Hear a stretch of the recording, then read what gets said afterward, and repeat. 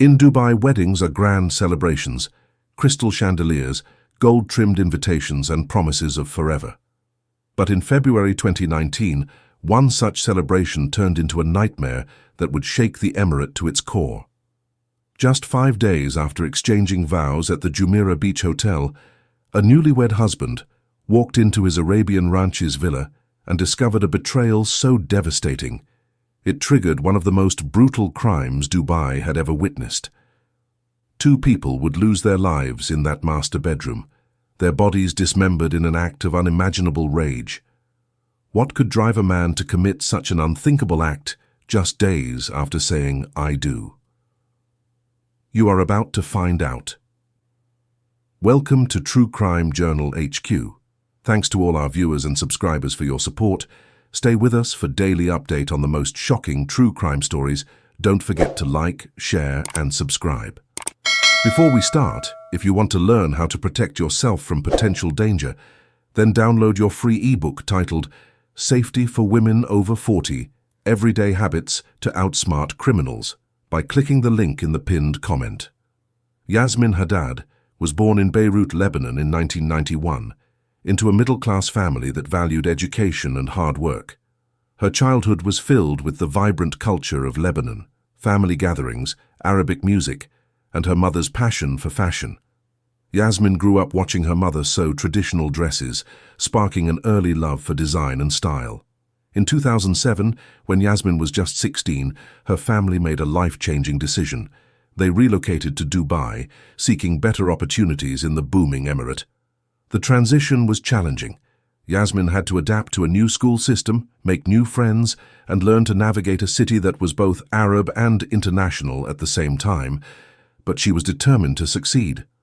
After completing high school, Yasmin enrolled at the American University in Dubai, pursuing a degree in fashion marketing.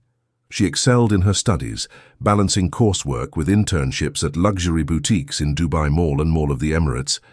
Her professors noticed her talent. She had an eye for trends and understood what modern Arab women wanted, modest fashion that was still chic and contemporary. By her mid-20s, Yasmin had built a reputation as a skilled fashion consultant. She worked with influencers and lifestyle brands, helping them curate looks for photo shoots and events. Her Instagram account grew steadily, showcasing her work and personal style.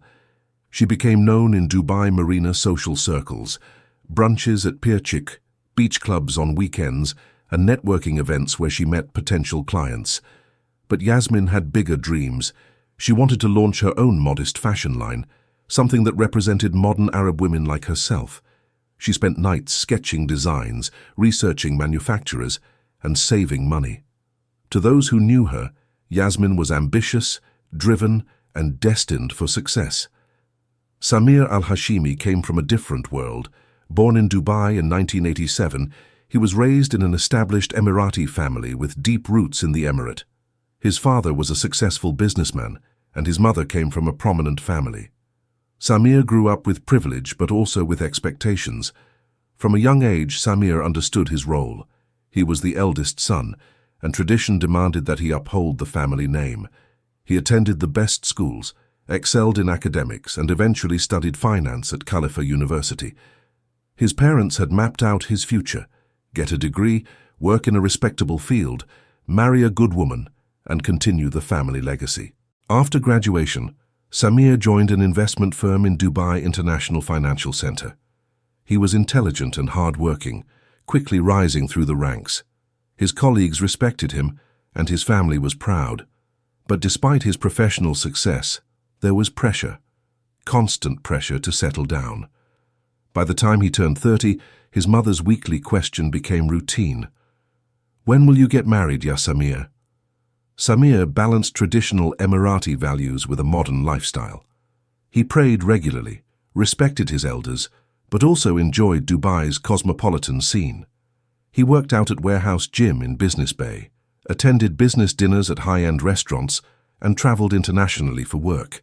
In 2017, at a charity gala in Dubai Marina, Samir met Yasmin. She was there working with one of the event organizers, coordinating outfits for models, showcasing modest fashion. Samir noticed her immediately, her confidence, her elegance. the way she commanded attention without demanding it. They talked that evening, exchanging numbers before the event ended. What started as casual coffee dates turned into something more. For 2 years, they were the couple everyone admired. Weekend brunches at Address Boulevard, desert safaris in matching Range Rovers, sunset walks along La Mer, and yacht parties with friends. Their Instagram posts drew hundreds of likes and comments. Friends called them couple goals, walla. Samir's family approved. Yasmin was Arab, Muslim, educated and respectful. Yasmin's parents were thrilled. Samir was stable, established, and could provide the security every parent wants for their daughter. Everything seemed perfect, but was it really? 8 months before Yasmin's wedding, another man entered her life. Omar Khalil, a 35-year-old Syrian real estate developer who had rebuilt his entire existence from scratch. Omar fled Damascus in 2013, escaping the chaos that consumed his homeland. He arrived in Dubai with little more than his ambition and a network of contacts. Through sheer determination, Omar established a property consultancy firm in Business Bay. He specialized in connecting international investors with Dubai's booming real estate market. Within 5 years, he was driving luxury cars, wearing designer suits, and living the life he'd once only dreamed about. He was charismatic, confident, and unafraid to take risks, qualities that had helped him survive war and build success in a foreign land. Omar worked out regularly at Warehouse Gym in Business Bay, the same gym where Samir was a member. It was during a fitness class in June 2018 that he first saw Yasmin. She had just joined, looking for a gym closer to her office. Their eyes met across the room, and something shifted. The chemistry between Omar and Yasmin was immediate and undeniable. After class, they talked for an hour in the gym cafe. He was different from Samir, spontaneous, passionate, and exciting. Where Samir was predictable and traditional, Omar was adventurous and free-thinking. He made Yasmin laugh in ways she hadn't in months. What started as innocent coffee meetings quickly became something more dangerous. They began meeting at serviced apartments in Jumeirah Beach residence, late at night when Yasmin told Samir she was working on client projects. Omar promised her a different life, freedom, international travel, partnership in his business. He painted a vision where she wouldn't just be a wife fulfilling family expectations, but an equal partner building an empire. Yasmin was torn. Samir represented security, family approval, and stability. Omar represented passion, excitement, and freedom. She loved the comfort Samir provided, but she craved the intensity Omar brought to her life. When Samir proposed in December 2018, Yasmin said yes. She convinced herself the affair would end, that she'd chosen the right path, but she couldn't let Omar go. Even after the engagement announcement on Instagram, even as wedding preparations consumed her days, Yasmin continued seeing Omar in secret. Her friends began noticing changes. She became protective of her phone, constantly checking messages and turning her screen away during conversations. When asked about it, she'd laugh it off. Just work stress, Habibi. Have you ever known someone living a double life? How long can such secrets stay hidden in a city like Dubai, where everyone knows everyone? Where are you watching from? Drop your location in the comments below. If you made it to this point, drop a comment with, "I'm still here." Let's see who is still watching. Omar attended Yasmin's wedding as just another face in the crowd of 300 guests. He watched her marry Samir, knowing that in a few days they'd planned to meet again. Yasmin had promised him she'd find a way out of the marriage once things settled down, but some secrets are too explosive to stay buried. If you're enjoying this content, like, subscribe, and share it with your loved ones to protect them from the same tragedy happening to them in the future.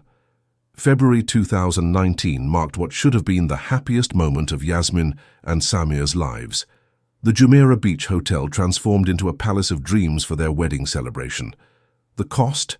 Over 800,000 dirhams. No expense was spared. Crystal chandeliers, imported flowers, a live band, and catering that served traditional Emirati and Lebanese cuisine to 300 guests. The celebrations began with the henna night, where Yasmin's hands were decorated with intricate designs while Lebanese music filled the air. Her female relatives sang traditional songs, and her mother cried tears of joy, or so everyone thought. The next evening, the Zafar procession announced the couple's arrival with drummers and dancers, while guests showered them with rose petals and ululations of celebration. Samir's family presented Yasmin with gold jewelry, necklaces, bracelets, and earrings that symbolized her value to their family. She smiled graciously, accepting each gift, while her phone buzzed silently in her clutch. Omar was texting her even during the reception. Wedding videographers captured everything: Yasmin's radiant smile as she danced with Samir, the couple cutting their 5-tier cake, and emotional speeches from both families. But if you look closely at the footage, you can see moments where Yasmin's smile doesn't quite reach her eyes. Moments where she checks her phone when she thinks no one is watching. The honeymoon was postponed. Samir had a major business deal closing that week, a multi-million dirham investment that couldn't wait. Yasmin didn't seem to mind. They moved into their new villa in Arabian Ranches, a generous wedding gift from Samir's father. The 4-bedroom home was stunning, with modern interiors, a private pool, and manicured gardens. While Samir worked long hours at his DIFC office, Yasmin unpacked their belongings and decorated their new home. But she was also texting Omar, making plans, keeping secrets in the house that was supposed to be her fresh start. Could you marry someone while loving another? What would you do in Yasmin's shoes? For 5 days, they played house. Samir came home to home-cooked meals and warm embraces. Yasmin played the role of devoted wife perfectly. Friends and family called to congratulate them, commenting on how happy they looked in the wedding photos circulating on social media. But the fairy tale was about to shatter in the most horrific way imaginable. Thursday started like any other workday. Samir arrived at his DIFC office at 8 a.m., ready to finalize details on the investment deal that had postponed his honeymoon. But by noon, he felt unwell. A headache that wouldn't go away, possibly stress from the wedding expenses and work pressure. His manager told him to go home and rest. Samir left the office around 1 p.m. Sheikh Zayed Road was packed with its usual midday traffic, trucks, taxis, and luxury cars moving at a crawl. It took him nearly an hour to reach Arabian Ranches. He pulled into his driveway at approximately 2 p.m. That's when he noticed something odd. Yasmin's white Mercedes was parked in its usual spot, but next to it sat an unfamiliar black Range Rover. Samir didn't recognize the vehicle. His first thought was that maybe Yasmin had a client visiting. She sometimes met fashion clients at home. But something felt off. Samir approached the front door and found it unlocked. This was unusual. Dubai residents are security conscious, always locking doors even when home. He pushed the door open slowly, listening. Laughter drifted down from upstairs. A woman's voice, Yasmin's, followed by a man's deep chuckle. Samir's chest tightened. He climbed the stairs, each step heavier than the last. The master bedroom door was slightly open. What Samir saw next would be permanently burned into his memory. Yasmin was in bed with another man. Not just any man. Omar Khalil from Warehouse Gym. Someone Samir knew by face. Someone he'd exchanged casual greetings with in the locker room. The betrayal was doubled. His wife of 5 days and someone from his own social circle. Time seemed to stop. Yasmin screamed when she saw him. Omar scrambled for his clothes. Samir stood frozen in the doorway, his mind unable to process what his eyes were seeing. "Samir, I can explain," Yasmin began, wrapping the sheet around herself. But there was no explanation that could make sense of this. 5 days. They'd been married for 5 days. Omar, instead of showing remorse, stood defiant. "She never loved you, Habibi," he said coldly. "She was going to leave you anyway. You were just security for her family." Those words ignited something dark in Samir. Years of military training from his mandatory national service kicked in, not to protect but to destroy. He looked around the room, his vision blurring with rage. On the dresser sat a decorative Moroccan knife, an ornate wedding gift from Yasmin's aunt, meant for display only. What would you feel in that moment? Could you control yourself? According to forensic evidence later presented in court, what happened next lasted less than 10 minutes but would haunt investigators for years. Samir grabbed the knife and attacked with precision that came from his military background. He moved efficiently, methodically. Both Omar and Yasmin fought back. The forensic reports showed defensive wounds on their hands and arms, evidence they tried to protect themselves. Omar, being larger and stronger, put up significant resistance, but Samir's rage gave him supernatural strength. Yasmin's screams were muffled as the attack continued. The official time of death was recorded as approximately 2:30 p.m. The master bedroom became a crime scene that would shock even experienced investigators. The walls, the carpet, the wedding photos on the nightstand, everything was covered in evidence of what had transpired. The villas in Arabian ranches are well insulated, designed for privacy. No neighbors heard anything. No one called the police. The world outside continued normally, while inside that bedroom, 2 lives ended and another was destroyed forever. Where are you watching from? Drop your location in the comments below. If you made it to this point, drop a comment with "I'm still here." Let's see who is still watching. If you're enjoying this content, like, subscribe, and share it with your loved ones to protect them from the same tragedy happening to them in the future. Samir stood in that bedroom, breathing heavily, looking at what he'd done. The rage drained away, replaced by shock and horror. But what Samir did next would shock seasoned Dubai police investigators even more. After the attack, Samir didn't run. He didn't call anyone. He simply sat on the floor of that bedroom for hours, staring at what he'd done. His hands were shaking, his clothes soaked, his mind racing with fragments of thoughts that wouldn't form complete sentences. The afternoon turned to evening. Sunlight faded through the bedroom windows. Around 6 p.m., reality began forcing its way through the shock. Samir stood up, his legs barely supporting him. He had to do something. He couldn't let anyone find out. His family's reputation, his career, his entire life, everything would be destroyed. Panic took over. Samir pulled out his phone with trembling hands and began searching.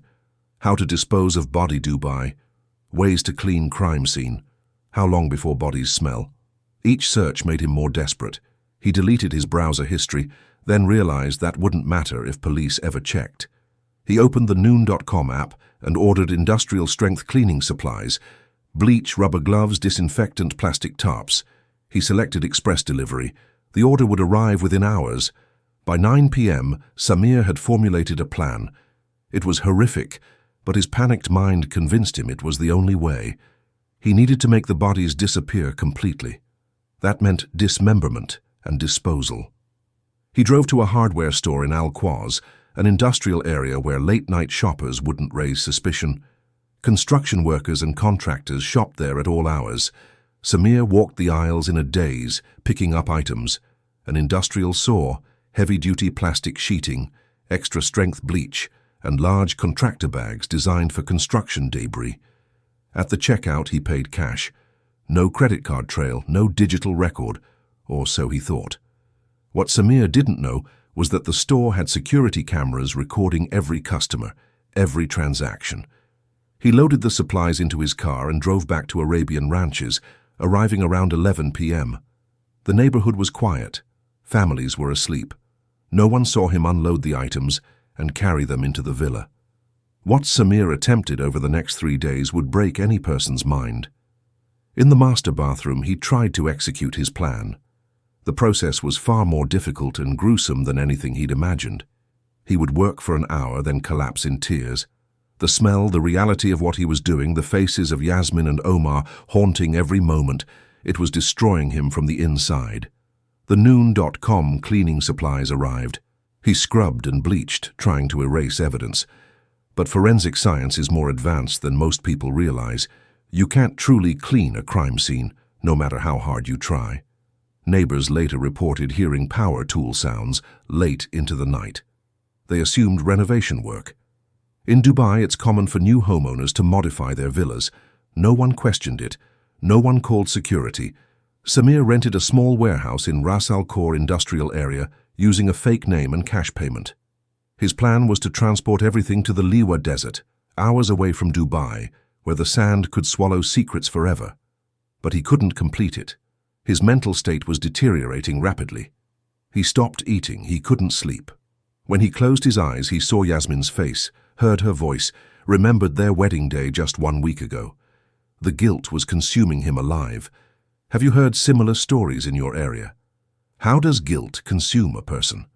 By Monday morning, Samir's body and mind had shut down. He couldn't go on. He couldn't face what he'd done. In a final act of desperation, he swallowed an entire bottle of sleeping pills.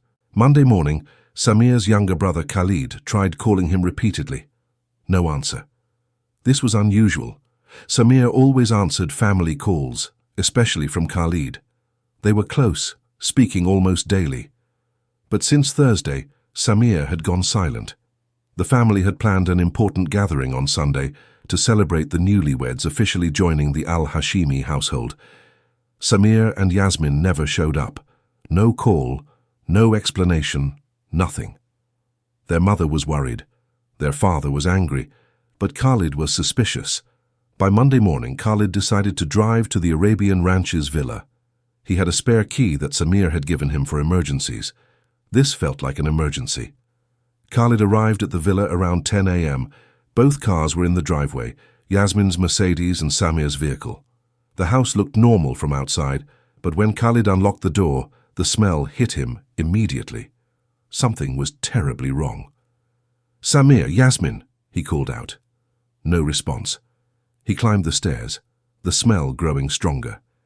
He found Samir unconscious on the bedroom floor, an empty pill bottle nearby.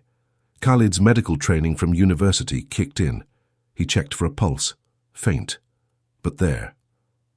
Then Khalid saw the bathroom. His blood ran cold. He immediately dialed 999, his voice shaking. "I need police and ambulance at Arabian Ranches, Villa 47. My brother. I don't know. Please come now." Within minutes, Dubai police and paramedics arrived at the scene. What started as a welfare check for a possible suicide attempt quickly transformed into something far more serious. The paramedics stabilized Samir and rushed him to Rashid Hospital, but the police officers who entered that villa knew they were dealing with a major crime. The Criminal Investigation Department was called immediately. A forensic team was dispatched from Bur Dubai headquarters. When the lead investigators entered the master bedroom and bathroom, experienced officers who'd worked countless cases stood silent, processing what they were seeing. What do you think the investigators felt entering that villa? Dubai police are among the most advanced law enforcement agencies in the Middle East, and they work with precision. The forensic team began documenting everything. Photographs, measurements, samples, nothing was overlooked. They seized Samir's laptop and found his search history. How to dispose of body Dubai, cleaning crime scene, industrial saws. They pulled security footage from the Arabian Ranch's main gate, showing Samir's vehicle leaving and returning multiple times over the 3-day period. Noon.com provided delivery records showing the cleaning supplies order placed Thursday evening. The hardware store in Al-Quoz handed over CCTV footage of Samir purchasing the saw, plastic sheeting, and contractor bags. Investigators found the warehouse rental agreement in Ras Al Khor, signed with a fake name but traceable through payment methods. Most damning were the phone records. Yasmin's phone told a story that shocked even the investigators. Hundreds of messages between her and Omar Khalil, dating back 8 months. Messages sent during her engagement party, during wedding planning, even on her wedding day. The affair was documented in explicit detail. Dubai authorities immediately imposed strict media restrictions. Out of respect for the families involved, a deeply rooted Emirati custom, the story was kept from public knowledge for months. The Al-Hashimi family was prominent, and Yasmin's family deserved privacy in their grief. Foreign media began speculating based on rumors, but official confirmation never came from Dubai police until the trial began. Where are you watching from? Drop your location in the comments below. If you made it to this point, drop a comment with "I'm still here." Let's see who is still watching. If you're enjoying this content, like, subscribe, and share it with your loved ones to protect them from the same tragedy happening to them in the future. After 3 weeks in the hospital, Samir recovered from his suicide attempt and was transferred to Dubai Central Jail to await trial. The case became one of the most complex the Dubai courts had handled, an intersection of Islamic law, modern criminal justice, and the question of what drives a human being to commit the unthinkable. The prosecution's case was straightforward. This was premeditated murder. The defendant didn't just kill in a moment of passion, the lead prosecutor argued. He spent 3 days attempting to dispose of bodies, purchasing tools, renting storage facilities, and researching methods online. This shows calculated thinking, planning, and intent to evade justice. The defense team took a different approach. They argued temporary insanity and crime of passion. Show me one man who could walk into his bedroom 5 days after his wedding and maintain rational thought after what Samir discovered, his lawyer pleaded to the court. The betrayal was so profound, so devastating, that his mind simply broke in that moment. Psychological experts were brought in from both sides. The defense's psychiatrist diagnosed Samir with severe PTSD and depression, claiming the trauma of discovering his wife's betrayal triggered a dissociative episode where he wasn't in control of his actions. The prosecution's expert countered, his search history shows awareness. His purchases show planning. A man in true dissociative state doesn't methodically buy cleaning supplies and research disposal methods. Family testimonies were heartbreaking. Samir's father, a respected businessman in Dubai, took the stand with tears in his eyes. My son made a terrible mistake in the worst moment of his life. He will carry this guilt forever. I beg the court for mercy. Yasmin's mother, dressed in black, spoke through sobs. He took my daughter's life over honor and pride. Yasmin made mistakes, yes, but she didn't deserve to die. Omar didn't deserve to die. No amount of betrayal justifies what he did. In January 2020, after 6 months of proceedings, the verdict came. Samir Al-Hashimi was found guilty of double murder. The initial sentence, death penalty. However, under Islamic law, families of victims can request mercy or accept blood money, diya, as compensation. Samir's family reached out to both Yasmin's family and Omar's family, offering substantial financial compensation in exchange for forgiveness.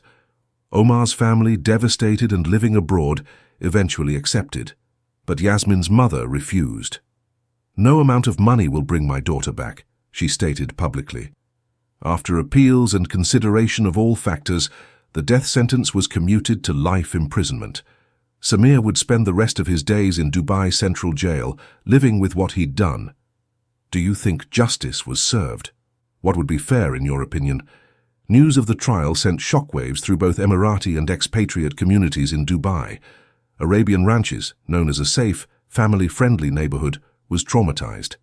Parents who once let their children play freely outside became more cautious. The villa where it happened remained empty for over a year. No one wanted to live there, despite price reductions. Real estate agents in the area reported temporary drops in property values. Potential buyers would ask, is this near where that incident happened? The crime had tainted the community's sense of security. Coffee shops and majlis gatherings across Dubai buzzed with discussions.